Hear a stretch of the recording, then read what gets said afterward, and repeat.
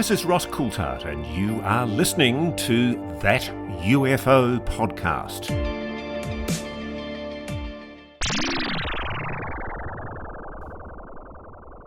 Hi everyone, and welcome back to That UFO Podcast. I am delighted to welcome for his second appearance on the pod, acclaimed, famed researcher, author and host of his own excellent WhiteHouse UFO YouTube channel, Mr. Grant Cameron. Grant, welcome back to the podcast.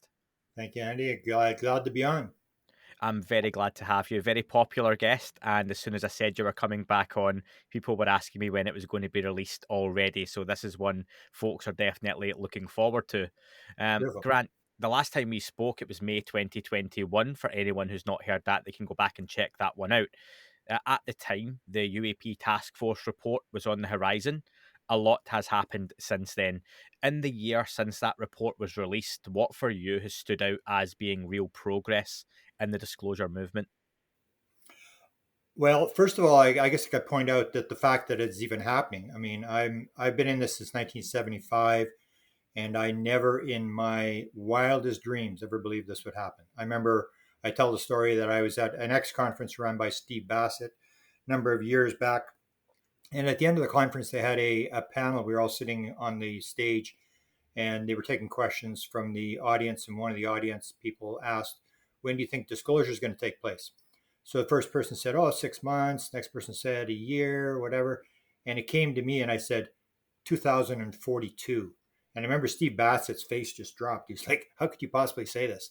I never, ever believed this would happen. Not in a million years. I even wrote an article back in 2009, the 64 reasons why the government has decided not to tell you the truth. So I'm somewhat surprised. I first learned about this in 2016, that this was going to happen before anything ever happened. I was in contact with Chris Bledsoe, and I was in contact with a guy out of Philadelphia who were both on the inside of what was going on. And I knew then that they were going to drop this thing. And they were referring to, at that time, what was called the big man in Washington. And that was Jim Semivan. So Jim Semivan was basically behind this. He's now admitted this. I have it in my 2017 book called Managing Magic. I'm the first to bring up Jim Semivan's name and the fact that he was this major figure. And he has now stated that he went to all the intelligence agencies, the head of all the intelligence agencies said to them, you guys can't get this out. We're going public with this thing. We're going to take it and we're going to drop this thing. And apparently, according to Jim Semivan, all the heads of the intelligence agencies said, yeah, okay, go ahead and keep us posted. And he said, we're not going to drop any classified material. So what happened was that Jim Semivan, they had been in contact with Lou Elizondo and Tom DeLonge. And as I always point out, that people think, well, this just sort of accidentally happened. But you got to remember that Leslie Kean was notified at the New York Times that this was going to happen. And Lou Elizondo resigned in the morning. And Leslie Kean was there in the afternoon with the New York Times. And so now he's retired. That's one of the things you got to remember, is that the people who are pushing this issue are they're retired people. They don't have to really worry about their jobs and stuff like that. So Leslie Kean was in there. Hal Puthoff was in the meeting. Jim Semivan was in the meeting. And there was a contractor in the meeting. I'm not sure who the contractor was. But this was all planned. And then that's when the New York Times dropped the story. And if you've listened to George Knapp, he knew the story was coming. I heard stories, the story was coming. There was even, I did some postings. I did some YouTube analysis on this a couple of years back. And I even showed that at the very end, people were saying, well, Tom DeLonge's full of it. This is this garbage. I mean, he's just making up another story. And remember, 2 days before the actual New York Times article dropped, Tom DeLonge actually posted on Twitter, I think it was, and said, another delay, ugh. Like he was starting to believe it wasn't gonna happen. So when they dropped this in 2017, this was all planned. This was all orchestrated by this group of people, Lou Elizondo, Mellon, and Mellon didn't even believe. Mellon was on a broadcast with me in 2016 on Coast to Coast. I was on the first 2 hours. He was on the third hour. He came on after me and said, no, I don't believe it. If there was a UFO cover-up, I would have known about it. I don't believe it's happening and stuff. So he was only read in recently, and he joined the team, and you have this team of people who decided it was time to get it out. So it's very positive that we've finally gotten to the point where we've gotten over that hump. All the years that I've been in this, I've always referred to it as the Rodney Dangerfield. And I don't know, it's sort of a newer audience, I don't know, but people knew who Rodney Dangerfield was. He was always this guy that always felt everybody was against him. And, I'm so unlucky. And I called us the Rodney Dangerfield of the scientific community. It was like you could talk about anything in science, but don't talk about UFOs because people they will have no respect for you. But what this disclosure initiative has done has not released so much material, but it has released the fact that this is for real. So you can actually talk to your friends and neighbors now, and they're not going to sort of brush you off. We've gotten over that hump, and that's what it basically comes down to in terms of these issues is an issue of consciousness.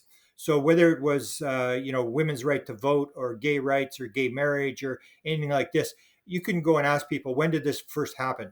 And people will say, well, I don't know, it was about 20 years ago, and they have no idea because these things just happen. They just sort of flip.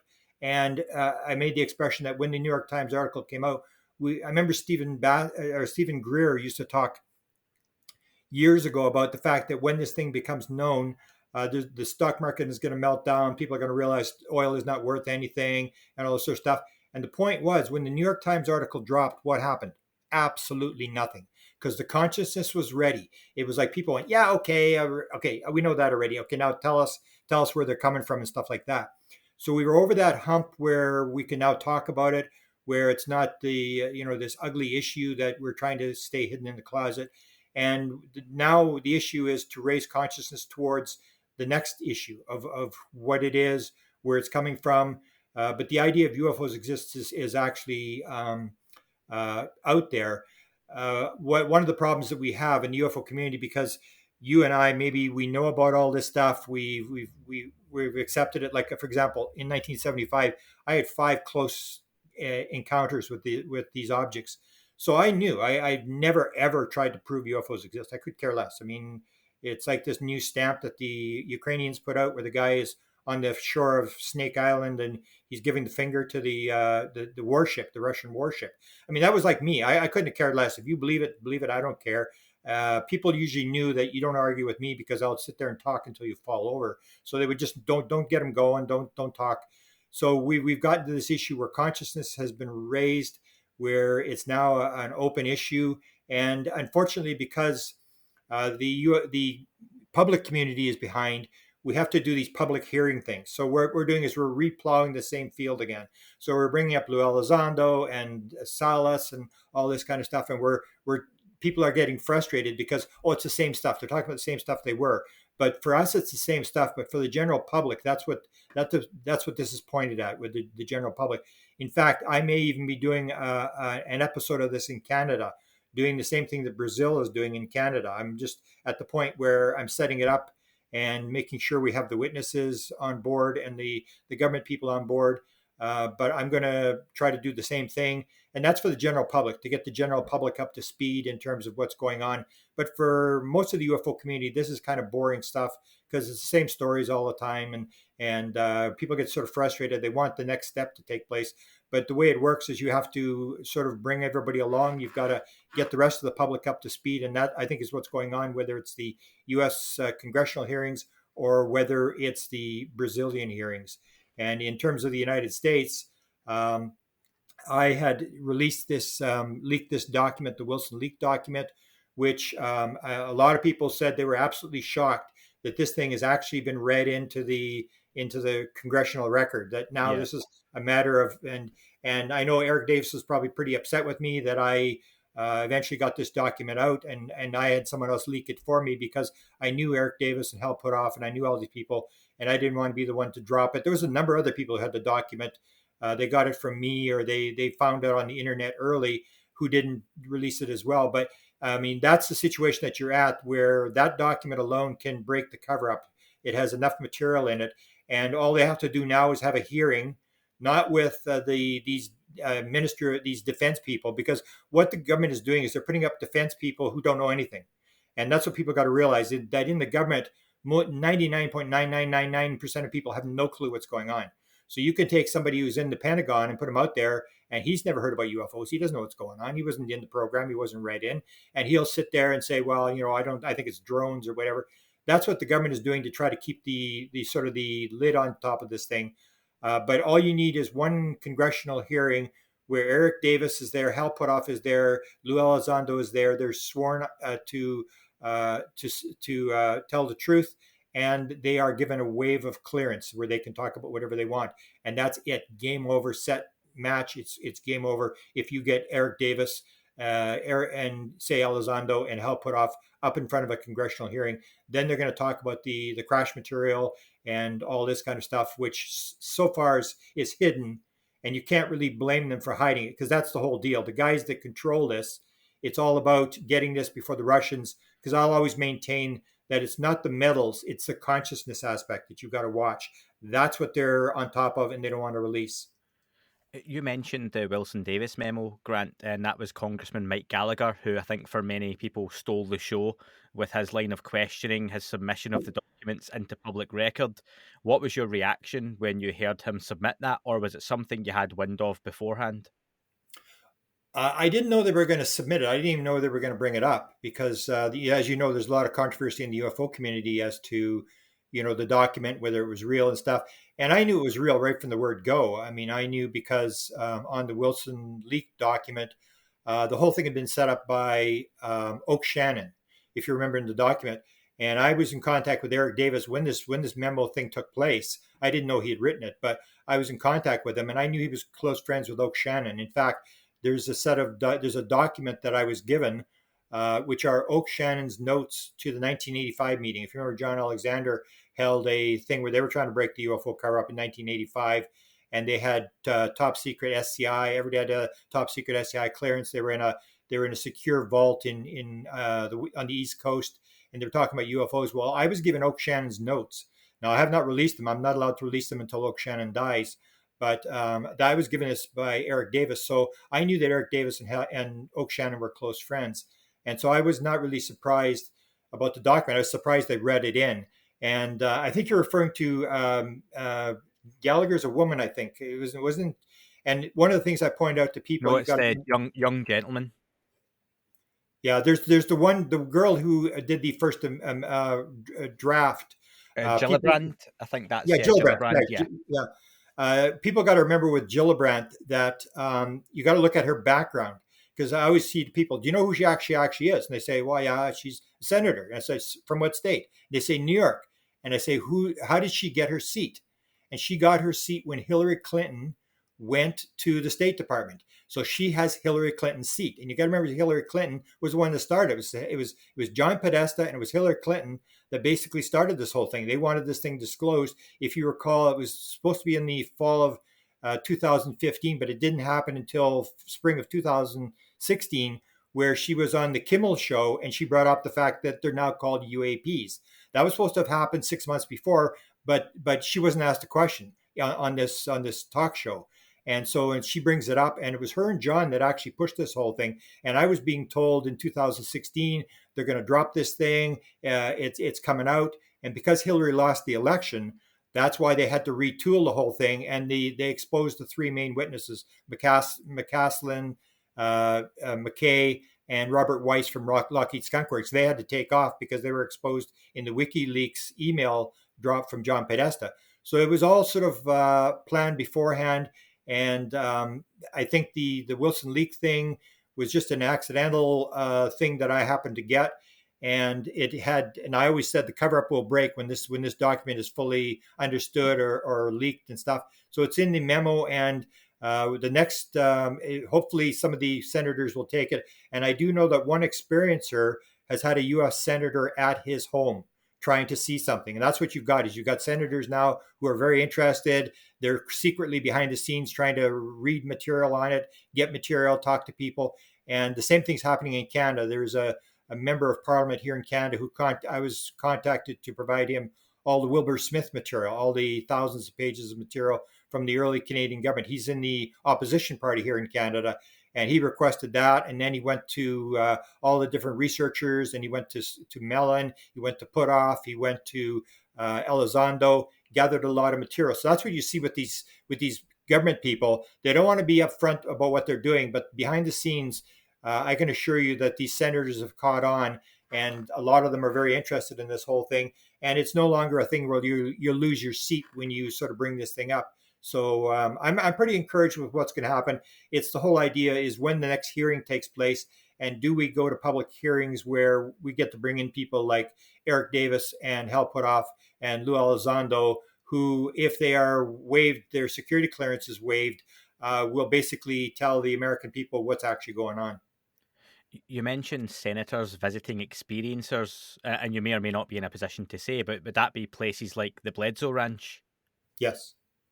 Well, he's not a ranch, but Chris Yeah, Bledsoe the got a property, yeah. lot of contacts. So yeah, I don't know if Chris has made it public, but yes, that was one of the places that this senator visited. I'm not sure which senator it was, but that's the thing is you're getting these senators who are behind the scenes, very interested. It was the same as there was a lot in the past, but like Barry Goldwater, I've got all his files, 190 pages. He used to correspond regularly with people who wrote him letters and stuff like that.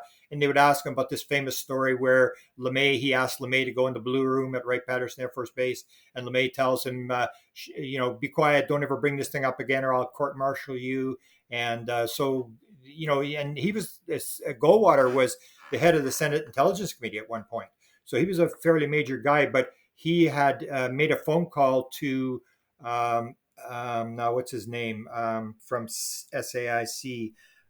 He was the guy that ran the back engineering program he was rumored to have run. But anyway, he made a phone call to him on behalf of Stephen Greer. Stephen Greer said, phone him up.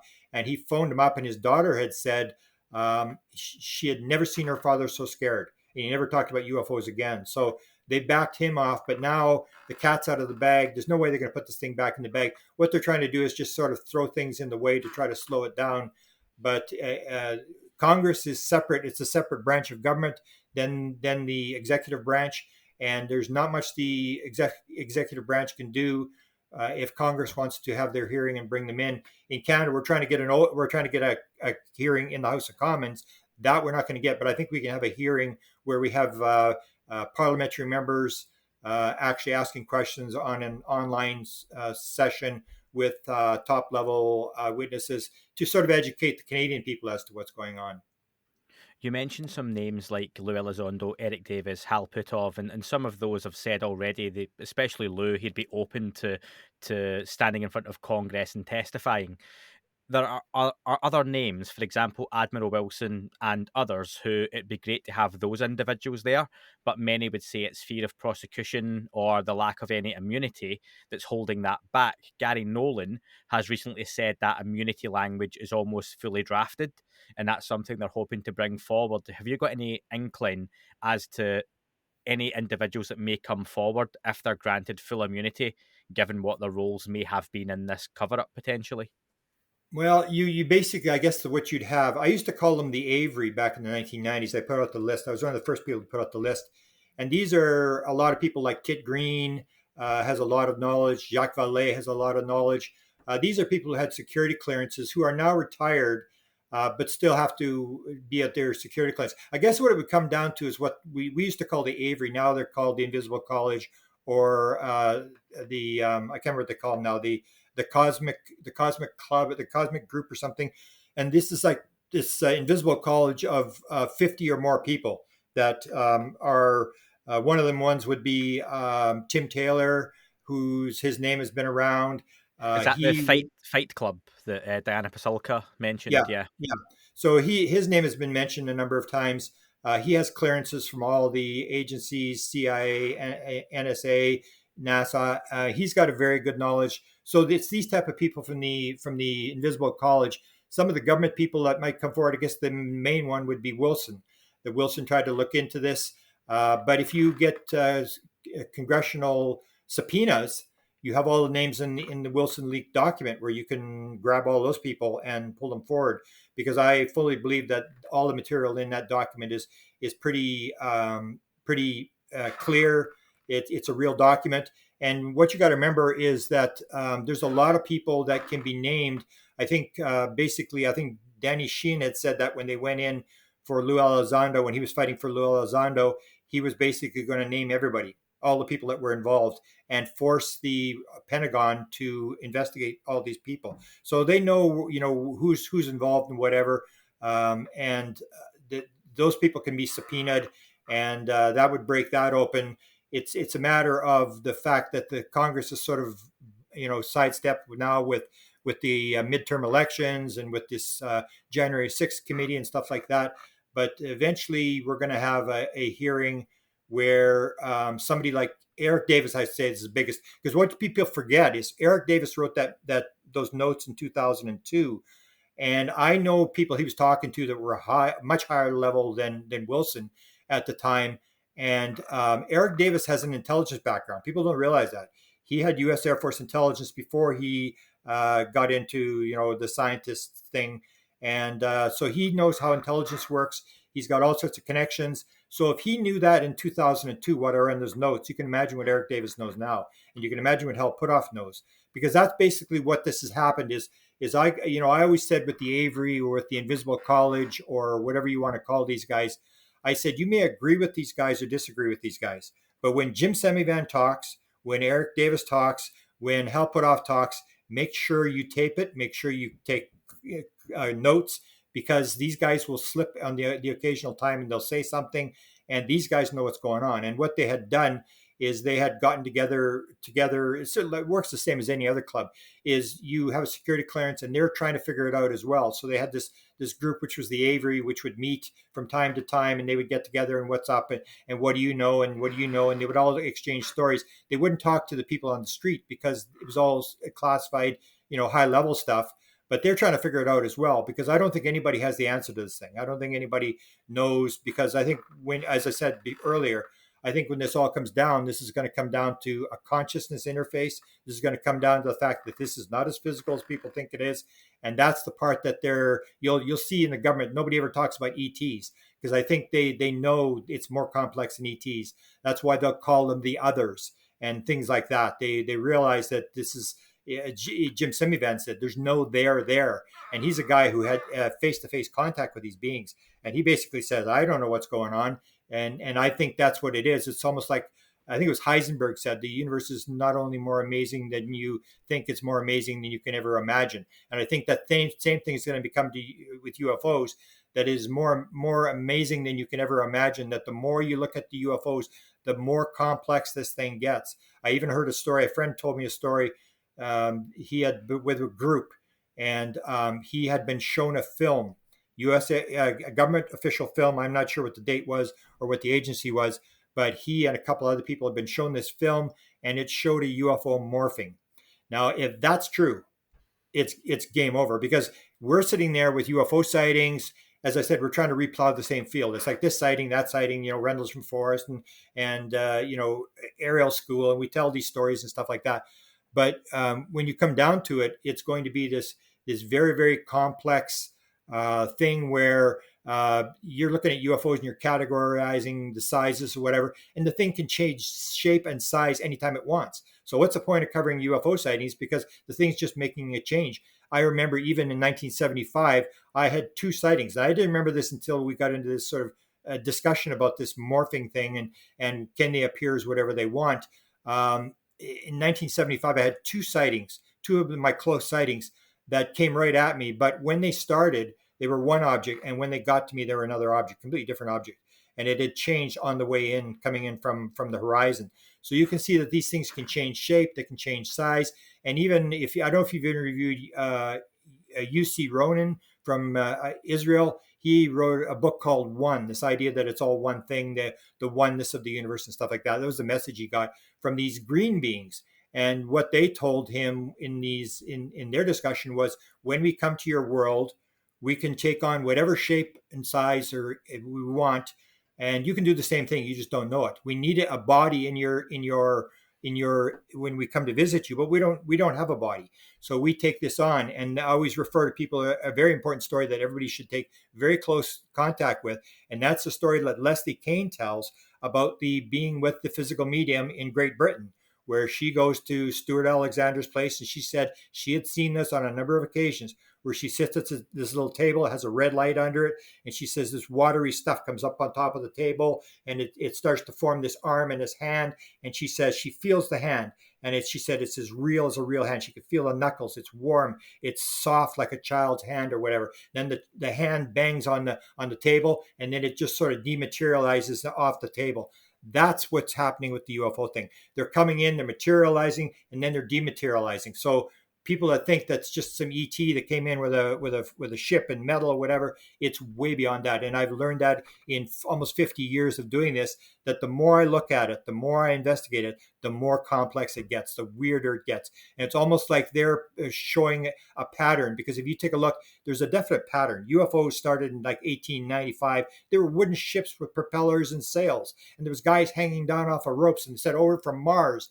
And that was when we discovered the canals on Mars. So everybody thought, "Oh yeah, they're from Mars." And then you get in the 1950s, they're all human type beings, and they're flying with these ships with windows in them, with the balls under them. And then in the 1960s, these classic saucer things come out. And then 1975, I see a triangle. No, almost nobody saw a triangle before 1975. Then other people saw triangles. Billy Cox saw a triangle in 1978 from who does the UFO blog.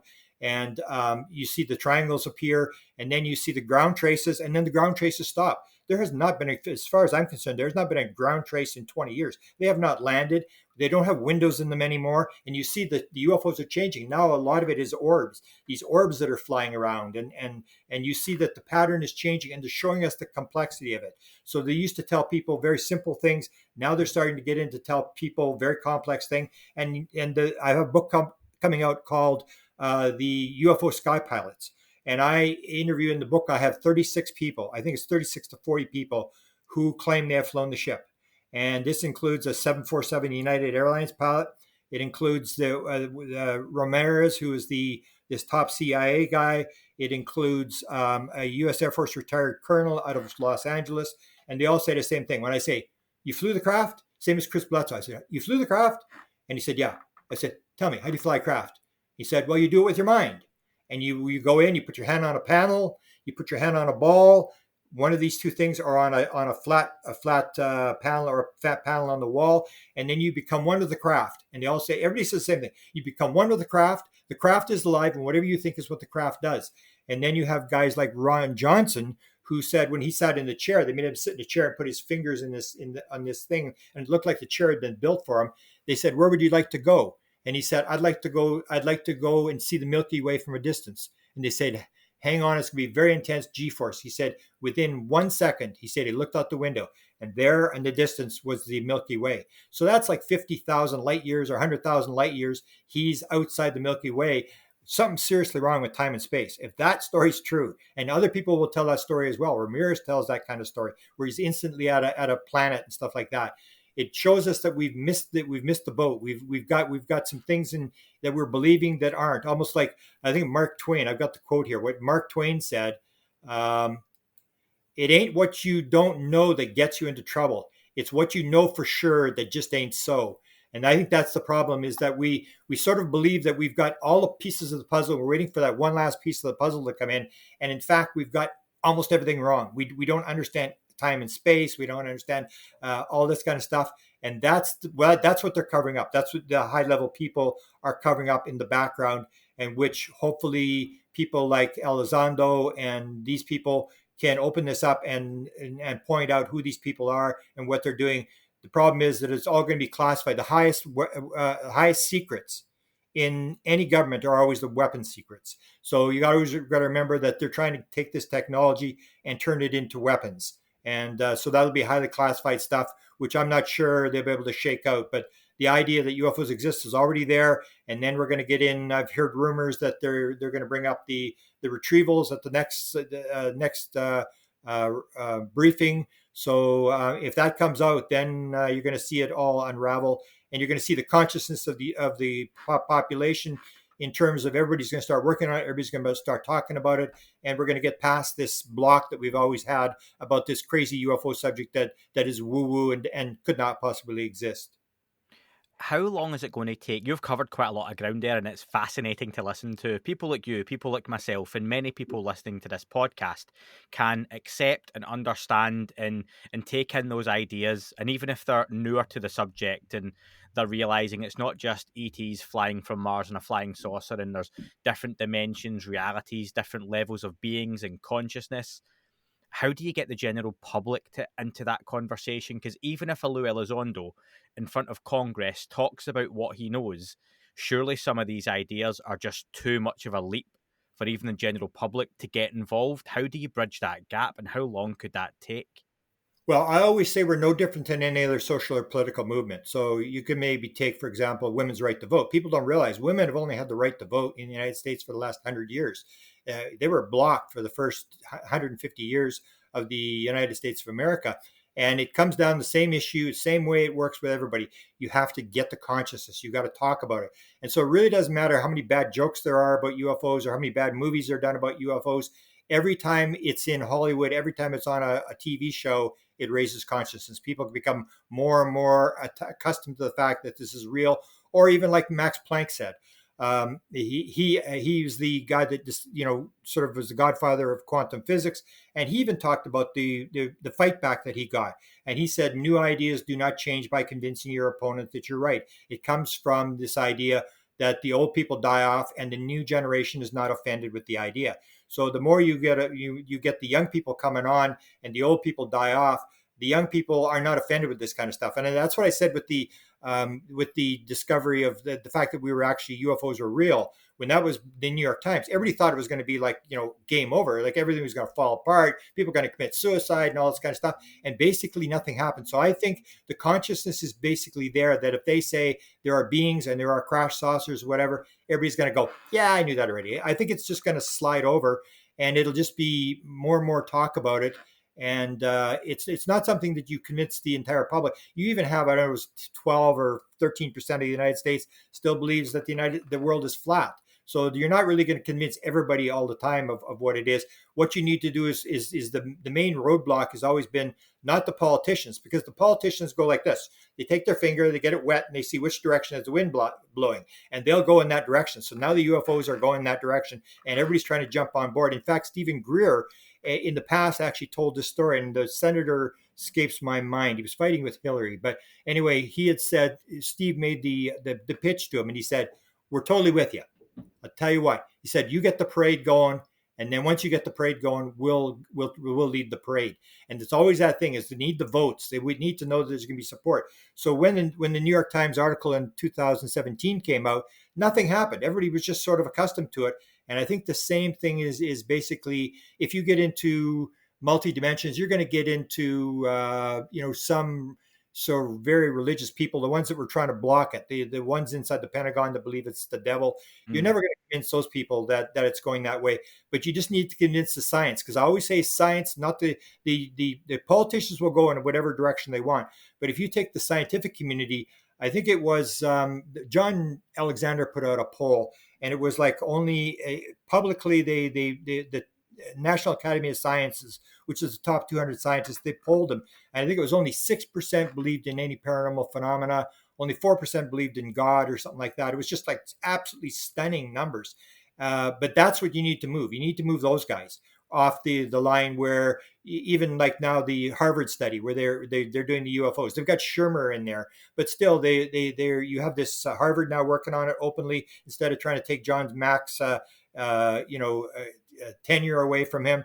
It's in a position where once science gets a hold of this thing and realizes you can make money, because all research basically comes from a government giving money to researchers at universities. So once this is okay that you can get funded for a UFO research project where you're working on free energy, where then it takes off. Right now, nobody in the academic community will touch this thing, because you can't get funding. And if you do get it, you're going to lose your tenure, or nobody will talk to you. Even Josephson, the guy who won the Nobel Prize, and he talked about the fact that he believed in ESP, and he was not allowed to work with graduate students. This guy won a Nobel Prize. And that's the thing. Even a Nobel Prize guy can be ostracized. But that's not going to happen anymore, because we're over that hump of UFOs existing. So scientists will move, and that's what we needed. We needed scientists to jump on board and start doing projects on it, start working on it.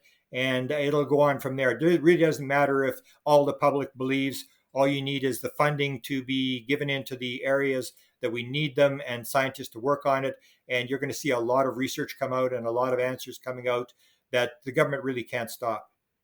Do you expect to see a further US congressional hearing this year?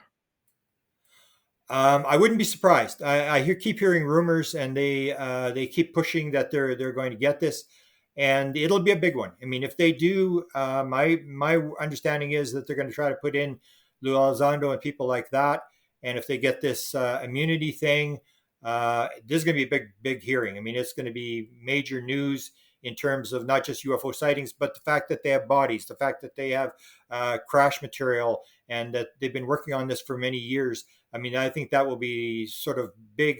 But whether it happens this year or next or whatever, the Congress is basically in a situation where you can now stand up for it. You're actually sort of an outsider if you're not on top of this and you're not supporting this. So it has, unlike anything else in the United States, it has both parties on board.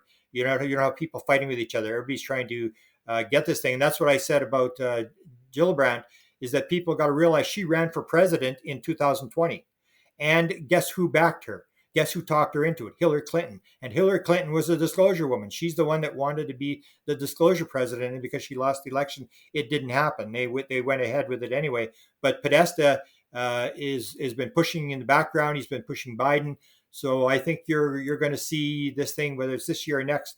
But the next hearing will be a big hearing. It'll be not government people that are clued out and not read in. It'll be people who have a need to know. I'm getting actually very, very impressed with people like Lou Elizondo and Semivan in the fact that they have pushed this as far as they have. I mean, to get to the point where you've got a Senate hearing, you've got stuff read into the record. All the senators are on board. They've all been briefed and stuff. Never would I have believed that was going to happen, and it happened very fast. People think, oh, when's it going to happen? Because it's like the Western society always wants everything yesterday. They want everything and they want it yesterday. So we're saying, well, when's it going to happen? But you got to remember, it's only been 5 years till we got to the point where people said UFOs exist. Before then, the government was still saying this is total nonsense. So you remember back to the Obama days when Obama was asked the question, and his science advisor spokesman came out and said there are no UFOs and there's no cover up and all this sort of stuff. That was the thing until 5 years ago. Now it's a completely different world. It's like completely different, and it's rolling along way faster than I thought it would. So I would not be surprised if this hearing was in the next month or 2 months or whatever. I'm very impressed at how much these guys have worked in the background and how they've been able to move the system and get this thing out into the public, which, as I pointed out, Semivan had said in 2016 to high-level government officials, we're going to do this. We're pushing this thing into the public. The way it was explained to me was the big man was going to be involved, and high-level officials are going to come forward, and they're going to say UFOs exist, and they are going to force disclosure. And they gave me a 7-year time window. This is 2016. I think 7 or 8 year time window. So that everything that I was told in 2016 came to be. The disclosure, all that sort of stuff. High-level officials came forward, said it was real, and disclosure has taken place. So it's just a matter of what has been disclosed now. We've got UFOs disclosed. The next thing definitely everybody's going to push is the bodies and the recovered material. Jim Semivan is a name you have mentioned several times, Grant, and I'm curious on your take that the direction To the Stars has gone in, focusing heavily on their media wing. Jim Semivan recently was on the conference call with Tom DeLonge, and they're very much focused on monsters in California coming out, talking about the phenomenon and different phenomena attributed to UFOs through the media, through movies, through the fiction books, followed by Secret Machines being made into a TV series. Are you surprised Jim Semivan's still staying so close to Tom DeLonge, or is this something you would expect? I'm not surprised. I mean, you got to remember there's a story. I don't know if you remember the story. There was a guy by the name of Chase Brandon from the CIA who came forward a book called The Christos Conundrum. And it was a fictional book that was written about how the CIA had handled Roswell. This is 2012. Well, his job for the CIA, he was the Hollywood guy for the CIA. So if you were doing a movie in Hollywood and you had the CIA, Chase Brandon would come up to you and say, Andy, I hear you're doing a UFO, you're doing a movie on CIA. Yeah. Do you know how the CIA works? Have you ever met a CIA agent? No. Would you like to come to CIA and check it out so you get it accurate? And that's what you do. Instead of fighting people, instead of trying to put people down and fight people, you walk along with them, get along with them, and try to guide them in the direction you want them to go. So it's not unusual that the CIA is going to try to manipulate or pressure Hollywood and TV to put out the message they want put out. CIA are good guys. We tried to save the country. And I think that's what's going on with Tom DeLonge, that Jim Semivan, as I was told, was the guy that set up the New York Times, Washington Post, and Politico. He's the guy that set up the original Drop. He's a guy that's an expert at dealing with media and how the story gets taken out and stuff like that. And so I'm not surprised that he was sticking there, because that's what Tom DeLonge is doing. He's not a scientist, so he can't work on the science angle of it. And he's just a guy who wants to make money out of everything. He tried to buy the Chris Bledsoe story. I don't know if he bought the Lazar story. I think he bought the Lazar story. So he's trying to control these stories and make money out of these stories. And that's what I say is that's very, very powerful. The Hollywood thing, people don't realize how powerful that is, because a skeptic will sit there and turn on the TV and say, oh, this will be a good laugh. I'll watch this. And he watches the show without being offended, without someone sticking in his face and saying, you're wrong, you're wrong, you're wrong. And he watches it and he doesn't realize he's being brainwashed, that his ideas are being changed. And that's what's happening. Kids are watching, stories. There was even the Disney just put out the thing, what was it called? The Soul, the movie. And yeah, and people don't realize there was people from the Institute for the Ions that were advisors to that movie. That's how it works. You put advisors in there, you get the story right, and you put the story out. And people, that's what changes consciousness. It's not so much me coming to you and convincing you that you're wrong and you give up and you put up the white flag. That's never going to happen. It's slowly the way they manipulate. So it's very important. I think Jim Semivan realizes this education thing through Hollywood, through stories, is very, very important, that it is shifting the mentality of the public, because you get millions and millions of people watching, and especially kids who will watch it and assume that's the way it is. They don't hear the skeptical stories. They don't hear that kind of stuff. And it does move the needle quite a bit. Even now, I mean, in the old days, you'd have, one documentary every 2 years, and everybody get all excited. There's a documentary coming. Now it's like on TV. Every TV show has it. Everybody realizes this is big numbers you can get with UFO stuff. So it's inundating people, and people are being brainwashed. They're being sort of given this idea that all this, interdimensional stuff is possible, and there's people coming from other dimensions and stuff like that. I don't think people will be surprised at all. I think what the holdup is, what they're trying to block, is the fact that this is such powerful technology. I always said this is going to make nuclear weapons look like matchsticks. The power that's involved, and the ability to go into people's heads and stuff like that. The mind part of this thing, and they've known about this. They had the memo to the Canadian government in 1950 that read the American officials also told us that other things may be associated with the flying saucers, such as mental phenomena. And they're not doing very well, because they've said if the Canadians are working on it, they're willing to exchange credentials and talk to us about it. So in 1950, they already knew mental phenomena was part of the UFO phenomena. That's something the general public, that's something that even the UFO community hasn't caught on to yet. A lot of people will now be using the word consciousness. I don't think they realize what they're talking about. This is really what it's all about. It's this whole idea that consciousness is the basis of the universe, and this idea that you can maybe even meld a bird with a piece of metal and move that biological knowledge about how to fly into a piece of metal. I'm sure that kind of stuff is what they're working on the leading edge. And I think they'll be damned if they're going to let that into the public. They're just not going to, because they'll say, oh, the Russians will pick it up. The Russians are working on it. The Chinese are working on it. We got to get it first. And it all comes down to this thing about what's called lead time in military. Even like the nuclear bomb. So you drop the bomb on Hiroshima and Nagasaki, and they go to the emperor in Japan, and they say, well, they dropped these 2 atomic bombs. Okay, well, let's make an atomic bomb and drop it on them. And they say, we can't. It takes 7 years to build. And that's the whole idea. Even if you're one day ahead of your opposition in terms of getting the secret, you can win the war. It's all got to do with lead time. Who's got the thing, and can you fight back if you have to use your super secret nuclear weapon? And that's what I think it's all about. It's about weapons. It's about protecting that idea that this technology, even some of the technology you see, the consciousness technology, where Chris Bledsoe, I talked to him about it, and I have a couple of Terry Lovelace talks about it as well. And this is stuff that just blows your mind that the people describe. They go to the craft. The craft is 30 feet across. They go inside the craft, and it's the size of a football stadium inside. I mean, that kind of technology, when you see the CIA, you go, well, like, wow. Or what I said, and this has actually been confirmed now, that the all the money, the $22 million went to ASAP. It really didn't go to ATIP.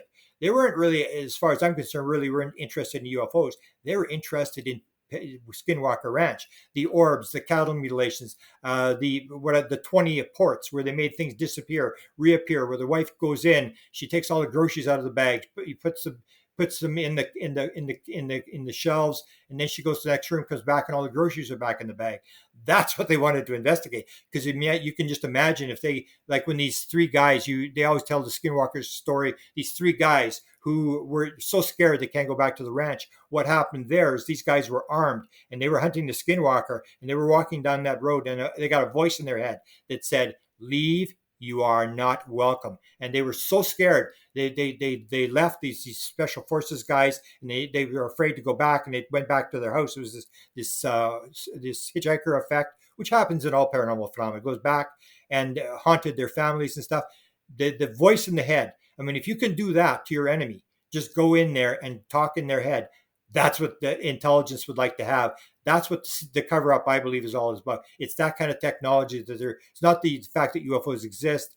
It's the fact that it has this absolutely unbelievable ability to, whoever gets it will rule the world. And it comes down to the Americans are going to get it before anybody else. And, some people have, trillions of dollars that they've thrown into this to try to back engineer this thing to get this technology. And even in the Wilson leak, you'll see that in some ways they have not been able to do it. In the Wilson leak document, at the very end, it says, "We have a craft, we think it will fly." And that means they have a craft that's intact, totally intact, but they can't turn it on because you need a consciousness interface to turn it on. They can't turn the craft on. They've got it, but they can't turn it on. And so it's that kind of stuff that they're working on to try to solve. And they don't want to solve it in the open public so that the Russians will pick it up and develop it before you will, because it's a game of cards. So if you're playing a game of cards with the Russians or Chinese, you put your cards down on the table, and then the Chinese say, "Oh, we're not going to put our cards down on the table. Thank you very much," and walk off. And they've got the one piece that they needed. You put your cards down. So nobody wants to put their cards on the table because they're all missing pieces of the puzzle, and they're not going to give the opposition a piece of the puzzle. Grant, just in the last few minutes we have together, I want to ask you some listener questions. I had quite a lot sent in to me, so we'll try and get through a couple of these if you don't mind. I'll do them quick. Yeah. From Davy Johnston, he would love to know whether you feel the phenomenon is actively engaged in influencing us through the three eyes: insight, imagination, and intuition. Absolutely, that's what it's about. It's if you look at Bob Bigelow, when they asked him what was Skinwalker Ranch about, you had the ranch all those years. What was going on? He said immediately, messaging. It's all about messaging, and it's about games. They played games with the thing, and it's about messaging. They're sending messages to us. This whole idea. It's going to be very spiritual. It's going to be this idea that these are just beings. All the world's a stage. All the men and women and aliens are but actors. They have their interests and exits. It's this whole idea that we may have agreed with them. It's these soul contract ideas and all this very complex stuff that, as I think some people have said, we are the aliens, they are us, that we are connected with them. So it's basically our higher self or these higher beings who have come in, and it's all about influencing us. That's I call it the theory of wow. Why do they have lights on the craft? So you can see them. Grade 1 class in ET land or wherever it is, say, how are we going to get a message to these people? Oh, well, let's put lights on crafts and fly them around. And so that's what they do. Because I always ask people when they see a UFO, I say, what was it doing? And they go, wasn't doing anything. And I say, how long did it last? Oh, just a couple seconds. Anybody see it? No, just me. And then you realize, like, do you think it wanted you to see it? Yeah, I think so. And people say this all the time. It's this idea that people are playing these games, they've agreed to it, and you're not in it by accident. You didn't get into the UFO thing. Yeah, it's all about influencing. It's all about, but the way they do it is not the way the Americans do it. The Americans go into Iraq and say, we're here to bring you freedom, democracy, Jesus, and McDonald's. And next thing, everybody's pointing guns, and they're inside the blue zone, and they've got barricades and trying to save themselves and stuff like that. It's basically them giving us these hints, giving us these little breadcrumbs, and forcing us to figure it out for ourselves. They're not going to step in, as the Canadians were told, unless there's a nuclear war, we're not going to step in. Other than a nuclear war, we're going to allow the human race to stew in its own juices. So yes, it's all about influencing. It's all about them trying to give us messages that we're destroying the ecology, and they really don't like nuclear weapons. They don't like the war stuff. And that's why you see all the stuff around military, the 100 UFOs around. This is all messaging. It's all about messaging. Dave Smethurst asks, what do you think the influence of the Collins elite is today on disclosure? You reported in Do You Believe in Magic that many in the CIA were believers in the end of days. Was this linked to the Collins elite? I don't think the Collins elite has as much power as it has before. That's just basically going to be sort of your red states, the southern states, where the religious idea is very, very strong.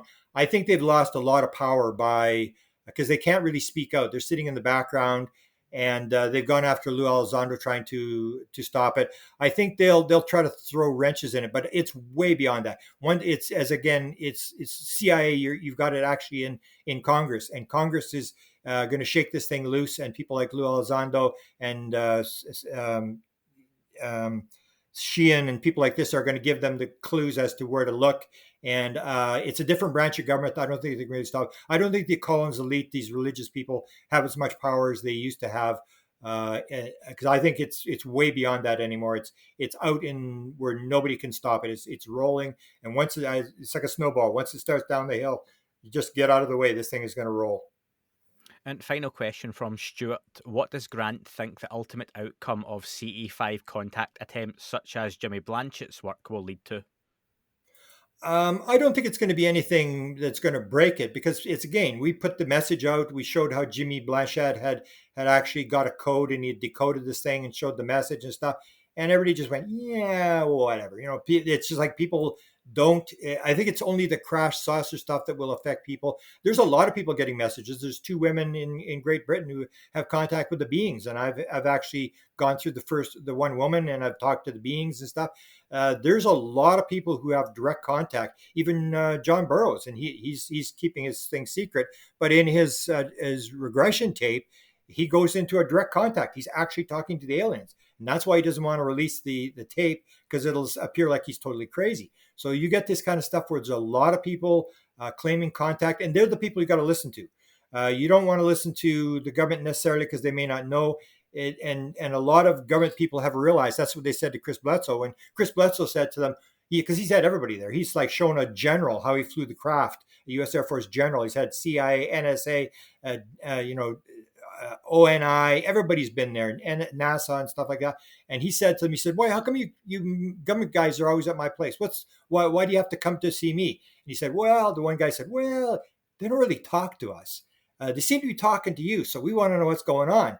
And that's what you need to do, and that's what I've done for a number of years. Is you go to the people who are actually in contact with the beings, who have been on board the ship, who are getting the messages, and they're the ones that have the message. The UFO sightings just show us that something's going on, but you got to get past the UFO sightings, and you got to get to finding out people who have interacted with the beings and find out what they have. Because a lot of it is just show. Like, for example, the metals, I believe, is just apports. I even said to Hal Putoff, I said, "Come on, Hal. I mean, they come across the galaxy and then little pieces start falling off the craft. This doesn't make any sense. I mean, this is total nuts." It's like the theory of wow. They're going along and say, "Hey, let's drop a piece of metal." And that'll really get them going. And then they go and they analyze it, and the isotopes are wrong in one part and good in another part. And the same piece of metal, the isotopes are different, 2 different types of isotopes. And then they say, "Well, this couldn't be made on Earth." That's how you raise consciousness. You can't figure it out. It doesn't get you anywhere, but it again confirms we aren't alone. There's something going on. Something's visiting us. And that's what they're trying to do. And according to the core story, they may not be doing very well, which is maybe why they try to put this thing in the public, so that ordinary scientists can work. Because I always tell the story about the core story where Hal Putoff, Jacques Vallée, and Kit Green met at Denny's restaurant. And they've confirmed the story is true. They met at a Denny's restaurant, and they said, "There's all this garbage in the UFO community," and this is before the internet and stuff. "There's all these weird stories going. We don't know what to believe. What do we know for sure?" And what they came up with, we are being visited by something. There has been a crash. Technology has been recovered, and we aren't doing very well back engineering the technology. That, I think, is the situation. That's why they're trying to put it out in the public. because when you get it in the classified world, you got one piece of the craft, I got another piece of the craft. You're not talking to me, I'm not talking to you. No, there's no cross connection, and that's why it's all falling apart, because all the classification. So if you get it into the white world where ordinary scientists can get it, it's all public, and that's what they're hoping, is that the white world will help unlock some of the things they haven't unlocked. Unfortunately, still in the background, these military people will be sitting there waiting for the white world to get these secrets, and they're going to be converted into weapons, which is just exactly opposite of what the beings want to happen. This idea that we're going to use it to kill people and to go into people's heads and stuff. So it's going to come out, because you've got a lot of white world people who are now accepting it, scientists, and it's going to be worked on, and you're going to see a lot of answers. I think this thing's going to roll really fast from now on. I'm shocked at how fast it's gone. And I would not be surprised anything happening now in terms of disclosure. It's over. It's as John Lear used to say, it's all over except for the screaming and crying. And I think that's where we're at. It's rolling, and there's nothing anybody can do to stop it. Grant, it's always an absolute pleasure, and I do mean that to speak to you. You've been fascinating. Do you have a timescale on that book, UFO Sky Pilots? Because that does sound fascinating, when that could be getting released. I actually have 6 books coming out, but my editor just got a job. So she's in Ontario now, Desta Barnaby. And so it will be during the winter, because they build ponds in people's backyards. So that'll go till probably October. And then she's going to work on the book. That'll be one of that book is coming out, and a book on apports and manifestations, which happens a lot in the UFO community, where things are dropped, pieces of metal, all this kind of stuff, and reappear and disappear and stuff like that. So those will be 2 of the books I've got coming out. And I got a book coming out on what I learned in 46 years of UFO research. I have about 6 books coming out. They'll be coming out, say, October to next April. I'll be picking those up, and I'm sure plenty of listeners will too. Grant, again, thank you very much for your time. That is all for this week's show. Thank you very much for listening. Please remember to leave the podcast a review on your chosen platform. You can like, retweet, and subscribe. That would all be very much appreciated. The shows are being uploaded onto YouTube as we speak, more and more. You can sign up at patreon.com/That UFO podcast to access the shows ad-free as well. Please get in touch on Twitter, Facebook, Instagram, That UFO podcast. Of course, on Twitter, it's at UFO UAP AM. And again, folks, as always, keep looking up. You never know what you might see.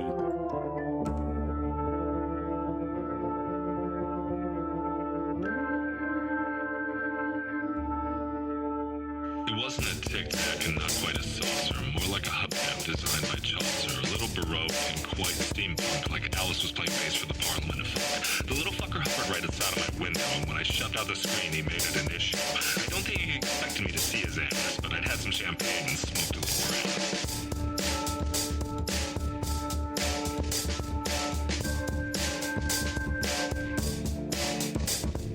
Meditated gamma state full on meta. Can't imagine how it could have been any better. I got to the top of the stairs and there he was. Like, you awake? I was about to abduct you, cuz.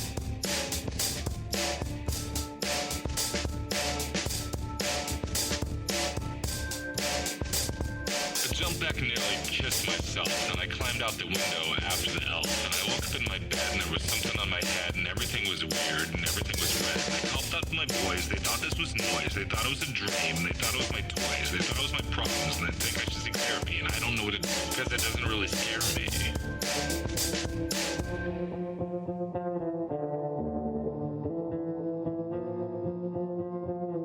If you really want to know who I think I be, I think it's you and me and us and we and him and her and that and she and that thing over there and what's that, Jay?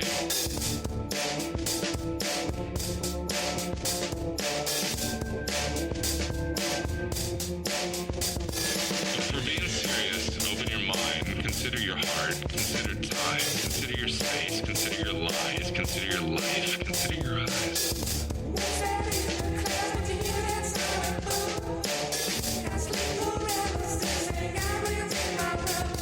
It wasn't a tic-tac and not quite a saucer.